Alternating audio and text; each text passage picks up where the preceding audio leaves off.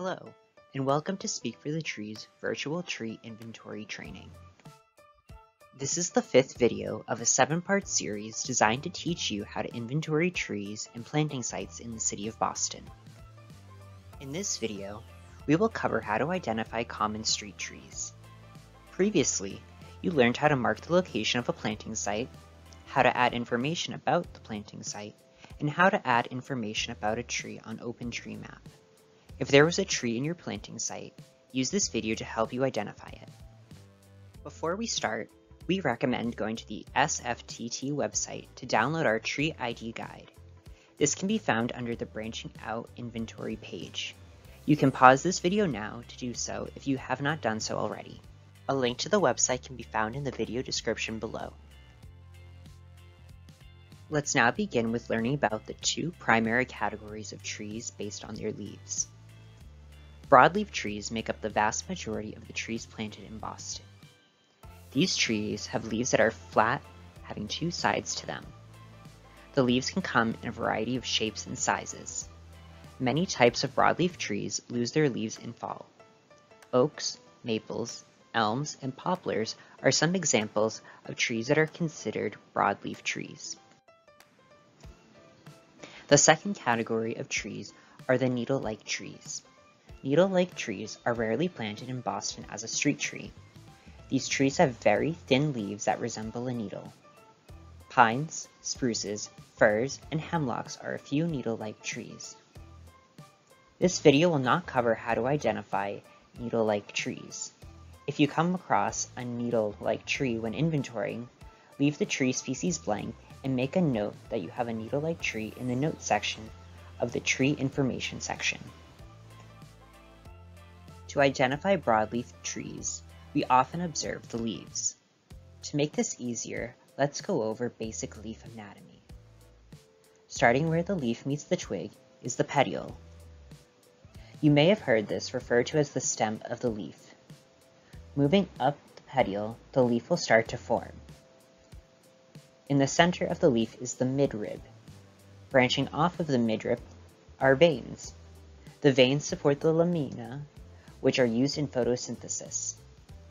On the edge of the leaf is the margin. The margin gives the leaf its shape. Finally, at the end of the leaf is the tip. Identifying leaves can be done by looking at the leaf shape, distinguishing between simple and compound leaves, and looking at the leaf arrangement on twigs. These steps will help you narrow down the type of tree you are looking at. First, we will look at the leaf shape. There are 2 categories of leaf shapes, lobed and unlobed. A tree that has lobed leaves is one that has a margin that has projections off of them. An unlobed leaf has a margin that is generally rounded and has no projections on it. Each of these categories has different shapes that it can come in. Lobed leaves come in 2 different shapes, hand and oak.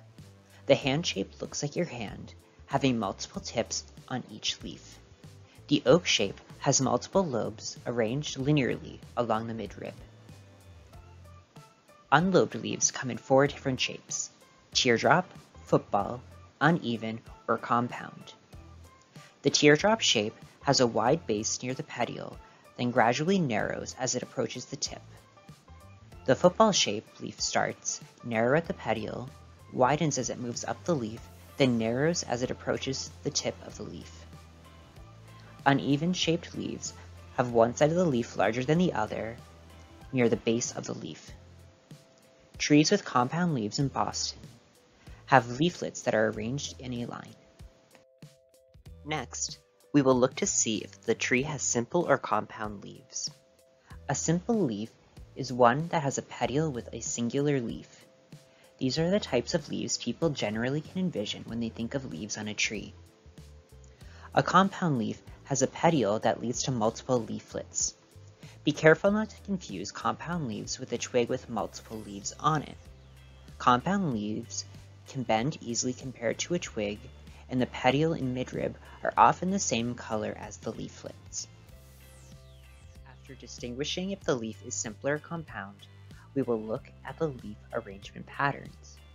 Trees will either have leaves that are arranged opposite of one another or alternating from one another.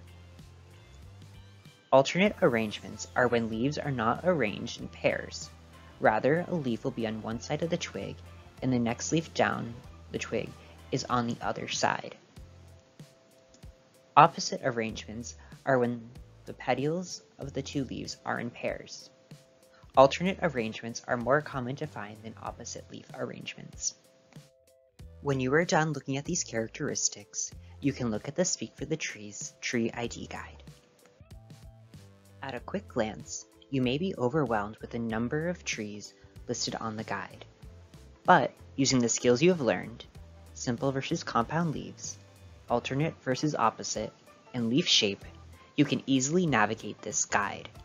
The guide is organized first by lobed and unlobed leaf trees. On the first page, you will see lobed leaf trees like the Norway maple and the northern red oak. On the second page, you will see unlobed leaf trees like the little leaf linden or the honey locust. The guide is then broken down by leaf shape. You'll recall that the hand and oak shaped leaves are lobed, so you will see them on the first page. The football, teardrop, compound, and uneven shaped leaves are unlobed. You will see these on the second page. Each tree species is then in its own individual box. At the top of the box is the common name for the tree.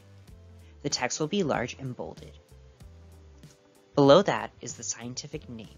The text will be smaller than the common name and will be in italics. The scientific name is in two parts. The first part is the genus, and the second is the individual species name. A picture of a leaf will be found on the left side of the box, and a picture of the seed of the tree will be on the right side.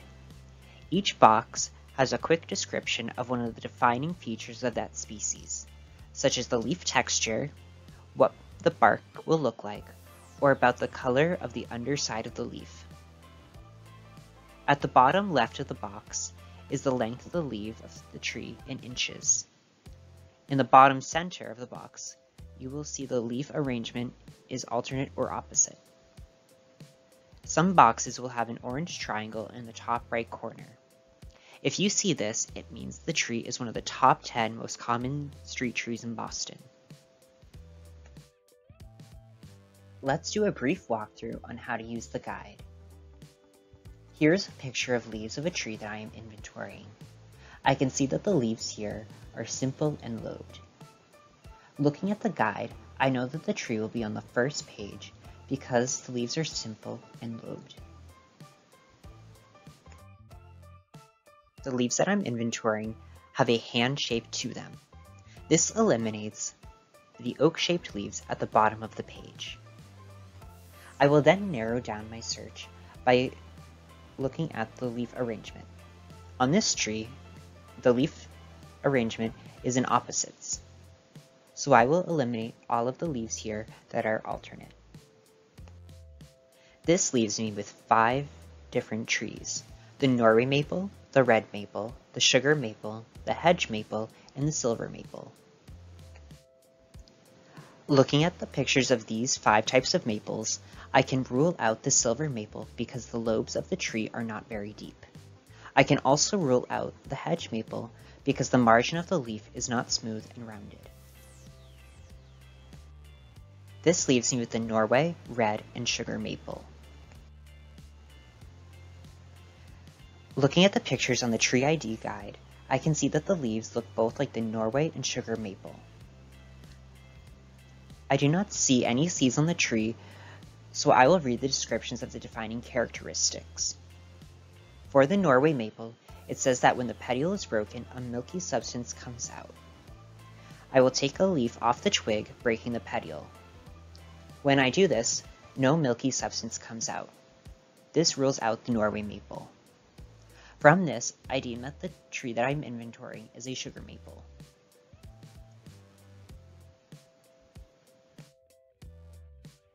Using this guide will take a bit of practice, but soon enough you'll be able to use it with ease. For the next part of this video, we will learn about some of the common street trees. The little leaf linden is a common street tree that has distinctive heart-shaped leaves. When looking at the tree, it may appear that there are two different types of leaves on it, one looking like a heart while the other looking long and thin. The long and thin leaves are not true leaves of this tree. It acts like wings for the fruit. The tree can grow to be quite large, reaching heights of up to 60 feet. The ginkgo is a tree that has fan-shaped leaves. Leaves are arranged in alternate clusters. This tree is one of the oldest varieties of trees appearing in the fossil record over 270 million years ago. These trees come in two sexes, males that produce pollen and females that produce a fruit. Only males are planted in cities. The scent of the ginkgo fruit can be quite foul and unpleasant. The Norway maple and the London plane tree have leaves that look similar to one another. Both of these trees have hand-shaped leaves, but there are some key differences that you may come across. The Norway maple has leaves arranged in opposite pattern, whereas the London plane tree has leaves arranged as alternates. The Norway maple has a rigid bark that is crisscrossed, while the London plane tree has bark that peels off in pieces. You can look at the seeds of the two trees. Norway maples have samaras, and London plane trees have round fruit. If you break the petiole of a Norway maple or pull one of its leaves off the tree, you will see a milky white substance. The northern red oak and pin oak are two trees that look similar to one another. Both trees have simple leaves, an alternate arrangement, and oak-shaped leaves. Both of these trees produce acorns for their seeds. The margins of these trees both have sharp points to them. To tell the difference between them, look at the lobes and sinuses of each of the leaves. On the northern red oak, you will see that the sinuses are shallow compared to the pin oak. One other type of oak you may come across is the swamp white oak, which has lobes that are rounded and do not come to any points. The Japanese zelkova is a common street tree with long teardrop-shaped leaves. The margins of the leaves are serrated. The bark of the tree can peel to reveal an orange-colored underbark. One of the most defining features of this tree is its branching pattern. At about 6 feet high, you will see extensive branching. The honey locust is one of the most common street trees in the city of Boston. The tree can easily adapt to urban stresses like road salt and compact soil, making it a good choice for a street tree. Honey locusts have compound leaves with lots of small leaflets. The seeds that these trees produce come in a long, leathery pod. The tree gets its name from the honey color that the leaves turn in fall. The green ash is a tree with large compound leaves. The seeds of this tree are long and wispy. This tree has opposite leaf arrangements. Green ash trees, like many other species of ash tree, are being harmed by the emerald ash borer. This bug burrows into the tree, eventually killing it. If you come across an ash tree, take a moment and look for any holes in the tree's trunk. If you see any holes, the tree is likely to be affected by the emerald ash borer. Please leave a note in the notes section if you come across this. Some trees can be difficult to determine the species because several of the species look nearly identical and share many of the same characteristics. To tell these species apart, you will need to be a skilled arborist, someone who studies trees, or a geneticist who can look at the tree's DNA. If you are one of those, great. If not, no worries at all. Some varieties of trees, you will not need to identify the species. Instead, we only need to see the genus. A genus is a group of species that share many of the same characteristics. On the Tree ID guide, you can see that the crabapple, cherry, and elm trees are listed only by their genuses. To tell, look below the common name and see that the scientific name only has one part to it. You may recall that the species has a two-part name made up of the genus and the individual species. Let's take a closer look at cherry and elm trees. Cherry trees have teardrop-shaped leaves with serrated margins. On the petiole near the base of the leaf, you will find 2 nectar glands. Cherries produce small flowers in spring that can be white to pink in color. The cherry flowers will then mature into the cherry fruit. The cherries are good for birds, but are not the kind you'll find at the grocery store. When looking at the bark of the cherry tree, you will notice it has horizontal stripes called lenticels. Elm trees were once the most common street tree in the United States, especially the species the American elm. The trees provided shade on streets and were very visually pleasing. However, in the late 1920s, Dutch elm disease spread rapidly, decimating a majority of the American elms, leaving many cities without street trees. Since then, other varieties of elm trees have been planted in cities that are less likely to be affected by Dutch elm disease. Elm leaves are uneven and unlobed, with a toothed margin. If you feel the leaves, you will notice that they are rough to the touch.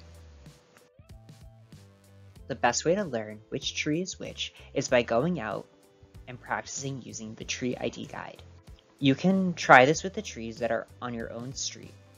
It may be more difficult to identify trees that you find in a park or in your own backyard. The City of Boston has a list of what trees can be planted in the streets. There is more flexibility for public parks and private property plantings. If you cannot identify the species, there are some apps you can use to help you. LeafSnap uses your camera to identify plants. iNaturalist has open source guides that you can use for trees that are found in Massachusetts and other areas in the world. The Arbor Day website has a tree ID guide as well that allows you to click on attributes of a tree to determine what species it is. These apps are limiting, however. They are ideal for trees that are native to the area. Some trees, like the Japanese Ilcova, are not found naturally growing in Massachusetts or in the region. You do not need these apps or websites to do your tree identification work, but you may use them if you are interested in learning more about the tree in front of you. Links for these apps and resources can be found in the video description below. This video has a lot of information in it, so let's review what we talked about. First, broadleaf trees are the type of street tree planted in Boston. Second, when we look at street trees, we use 3 characteristics to narrow down what type of tree we are looking at. These characteristics include simpler compound leaves, leaf arrangement, and leaf shape. Third, when we have these 3 characteristics identified, we can look at the Speak for the Trees Tree ID Guide. It highlights the 3 main characteristics, then provides additional features that can help you identify the species or genus. Fourth, we looked at some individual species and genuses. In the next video, we will talk about unique tree encounters and special instructions. Thanks for watching.